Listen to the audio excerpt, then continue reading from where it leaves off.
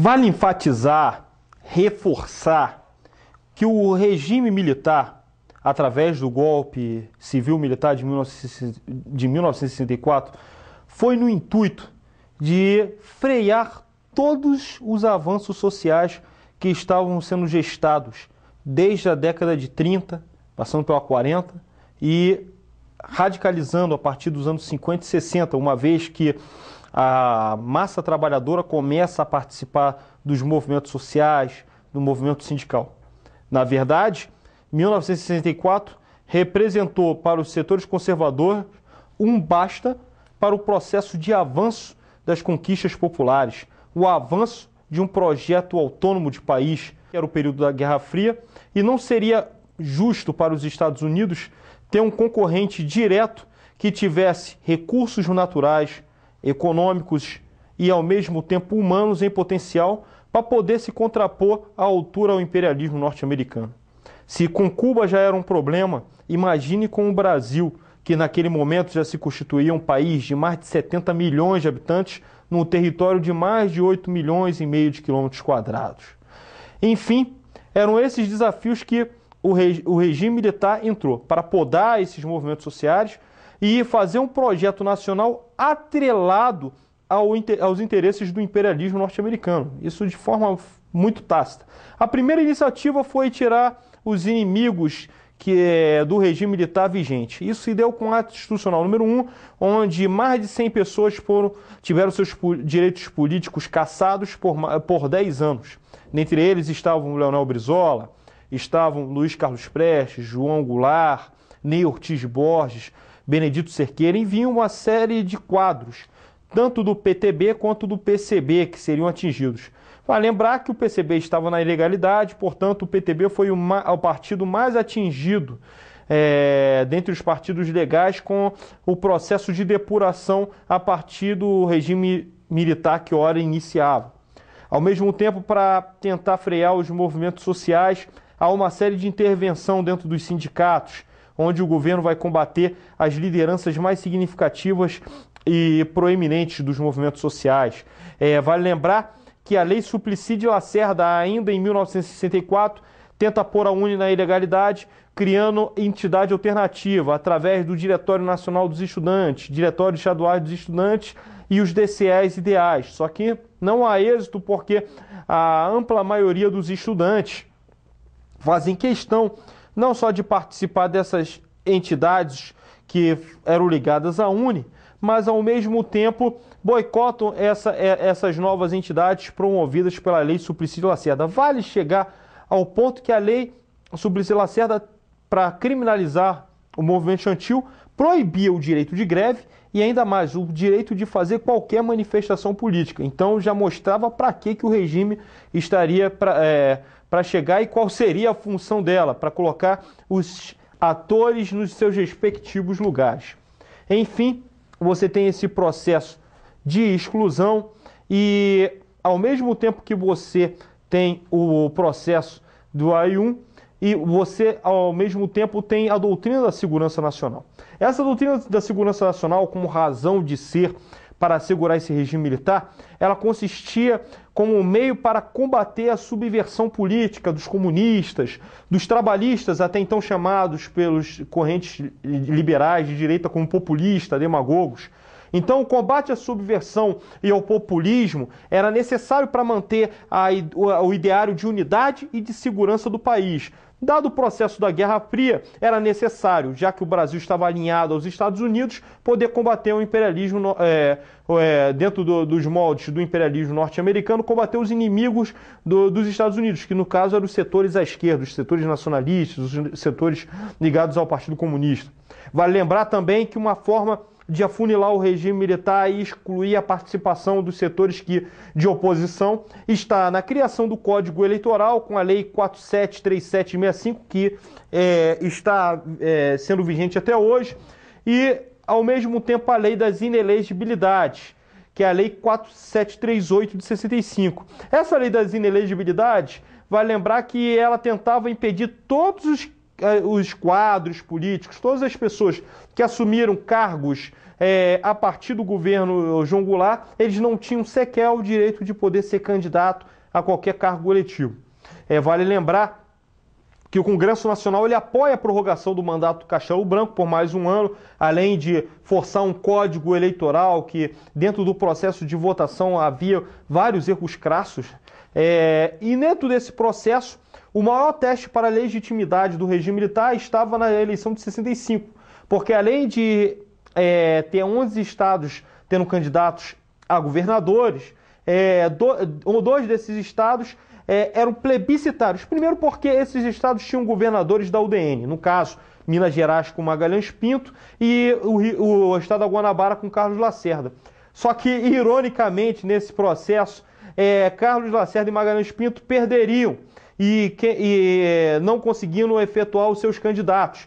E elegeram-se quadros ligados ao PTB, PSD, PCB, sendo do Rio de Janeiro Negrão de Lima, ou seja, na Guanabara, e em Minas Gerais o Israel Pinheiro. É óbvio que dentro dos setores militares havia os setores mais à extrema-direita, protofascistas, chamado a linha dura. E a linha dura não está satisfeita com esse processo da linha moderada em querer assegurar dar posse aos eleitos. O que acontece? Castelo Branco, de frente a esse impasse, dá a posse para os governadores eleitos, como Negrão de Lima na Guanabara e o próprio Israel Pinheiro em Minas Gerais, mas em contrapartida cria o ato institucional número 2, que assegura a extinção dos partidos políticos e, ao mesmo tempo, você tem a impossibilidade de eleição direta para presidente e governador. O que acontece com isso? Você vai ter uma reformulação desses partidos. Você vai ter, no lado, o partido do governo, a Arena, e o partido supostamente a oposição, o MDB, o Movimento Democrático Brasileiro. A Aliança Renovadora Nacional, até na piada dos movimentos sociais, era o partido do Sim Senhor, e o MDB era o partido do Sim meio tímido. Enfim, você tem, dentro do regime militar, como primeiro movimento de contestação, o pioneirismo de Leonel Brizola. Ele já no Uruguai ele monta a resistência armada através do movimento nacionalista revolucionário, o MNR. Esse MNR tenta fazer focos dentro do Rio Grande do Sul e o mais conhecido de todos seria a guerrilha de Caparaó, em 67. Só que, entretanto, mesmo com o fracasso da guerrilha de Caparaó, alguns quadros da MNR, juntando-se com a POLOP, que era a Organização Revolucionária Marxista Política Operária, criam a Vanguarda Popular Revolucionária, a VPR, para resistir ao regime. Vale lembrar que dentre esses quadros da VPR estão a nossa atual presidente Dilma Rousseff e o Carlos Araújo, que era o esposo dela e um dos grandes quadros expoentes do PDT. Vale lembrar que, inclusive, as pessoas que apoiaram o golpe militar, vendo o fechamento desse processo político e, inclusive, vendo que os seus sonhos de pretensão presidencial não eram atendidos, começa a passar a ser oposição ao regime. É o caso do Carlos Lacerda, que quando a prorrogação do mandato presidencial de Castelo Branco para 67, e depois tem o ato institucional número 2, que extingue os partidos e ao mesmo tempo cria eleições indiretas para presidente, ele começa a se opor ao governo Castelo Branco, mais tarde se opõe ao governo de Costa e Silva e cria uma frente ampla, onde ele se aliaria com o JK e João Goulart para ser a oposição virulenta ao regime militar. Por outro lado também, o regime militar, para tentar assegurar o processo econômico frente à alta inflacionária desde JK, que perdurava até o governo Jango, ele coloca o processo do PAEG. O PAEG, que é o Plano de Ação Econômica do Governo, elaborada por um economista liberal chamado Roberto Campos, ele tinha uma visão claramente conservadora, seja com a contenção da inflação, com arroxos salariais, e sempre nesse processo a classe trabalhadora sempre pagando o preço com o seu poder aquisitivo diminuindo. Você também tem nesse processo, além da contenção do salário, a própria atitude do governo federal em tentar reprimir qualquer reivindicação salarial que os movimentos sindicais ora fizessem, até mesmo no processo de Contagem de Osasco 68. Por outro lado, a movimentação dos movimentos sociais se dá através da mobilização estudantis. Vai lembrar que esses estudantes oriundos da classe média são filhos dos pais que apoiaram o golpe civil-militar de 64. Só que eles viram que o processo não era aquela revolução que eles achavam, que haviam perseguido, além dos comunistas, as pessoas de bem, que eram seus próprios filhos, seus próprios primos, parentes, esposas, maridos. E aí começa a haver a mobilização do movimento estudantil. O assassinato do restaurante Calabouço do Edson Luiz. Você tem a passeata dos 100 mil derivado desse processo, e é um confronto seguido dos estudantes entre a polícia militar e o exército. E você vai ter o processo final do movimento estudantil com caráter reivindicatório, com o 30º Congresso da UNE em Biúna. Vale lembrar que foi um congresso que foi um fiasco, muito mal elaborado, e que no dia seguinte o aparelho de repressão consegue explodir o Congresso e prende os mais de 600 delegados, dentre eles o próprio José Dirceu, que seria um possível presidente da UNE naquele momento. Vale lembrar que por conta dessa mobilização dos estudantes, da classe trabalhadora, já em 68, há um golpe dentro do golpe com a decretação do AI-5 em 13 de dezembro de 68. E aí, com esse golpe dentro do golpe, que duraria de 68 a 75, você tem a aposta na repressão, a aposta política da esquerda na luta armada, e essa esquerda começa a se fragmentar em grupos afins para poder resistir ao regime militar. Embora tivesse atitudes heróicas, mas era enviado, dado o aparato bélico, aos aparelhos de coerção que as Forças Armadas possuíam. E, de fato, o aparato repressor das Forças Armadas, como política oficial do governo, traz um êxito maior, desarticulando todos os movimentos de luta armada, inclusive da guerrilha do Araguaia.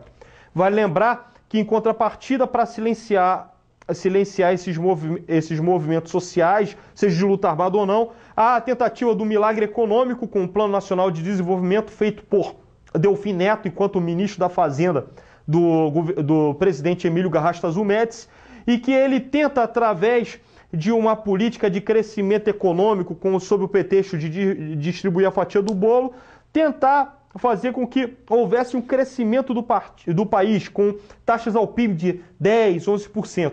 De certa forma, beneficia e entorpece a classe média durante o tempo, até que em 73, 64, há um processo de alta inflacionária, com a alta do preço do barril do petróleo. Você tem o poder aquisitivo das classes médias caindo, mais o aumento do desemprego e, juntando-se a isso, a tortura a seguir dos quadros intelectuais, contestadores do regime, e que começam a haver uma maior oposição ao regime militar. Há um processo de distensionamento em que Ernesto Geisel promete um processo lento, gradual, uma distensão segura, e nesse aspecto é que os movimentos sociais como a CNBB, a OAB, a ABI, começam a tentar lograr o apoio da sociedade contra o regime militar. A refundação da UNE em 79, com um processo de redemocratização e de rejeição a qualquer caráter arbitrário dentro do regime militar,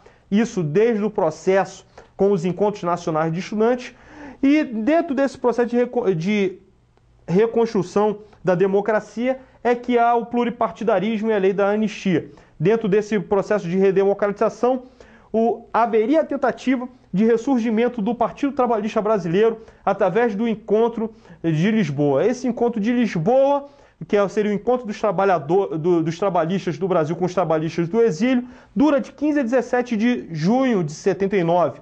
E através da elaboração dos pontos fortes e pontos fracos do PTB pré-64, você vai ter a possibilidade de se recriar um novo PTB com uma perspectiva socialista. Ora, no Brasil, você já tem núcleos no Rio de Janeiro, com o centro de mobilização do PTB, e você tem o núcleo também do Rio Grande do Sul, com a Associação de Debate e Estudos do PTB. Brizola, com esses grupos, tenta fundar o PTB, só que há uma disputa da sigla com os segmentos conservadores ligados a Ivete Vargas. Um embate esses grupos chega a um ponto que o TSE, a partir do apoio de Golbery Couto Silva, que era o chefe da Casa Civil do governo Figueiredo, concede a legenda do PTB ao grupo da Ivete.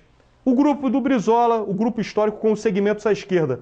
Perdedores nesse processo da disputa da legenda, começam a discutir a possibilidade de criar uma nova sigla. E dentro dessas variantes da sigla, cria-se o PDT em 26 de maio de 80 na ABI. Enfim, é um processo que se constrói a partir da construção do partido, que se vindicava um partido de massas, um partido popular e que tinha a perspectiva do trabalhismo como caminho brasileiro para o socialismo.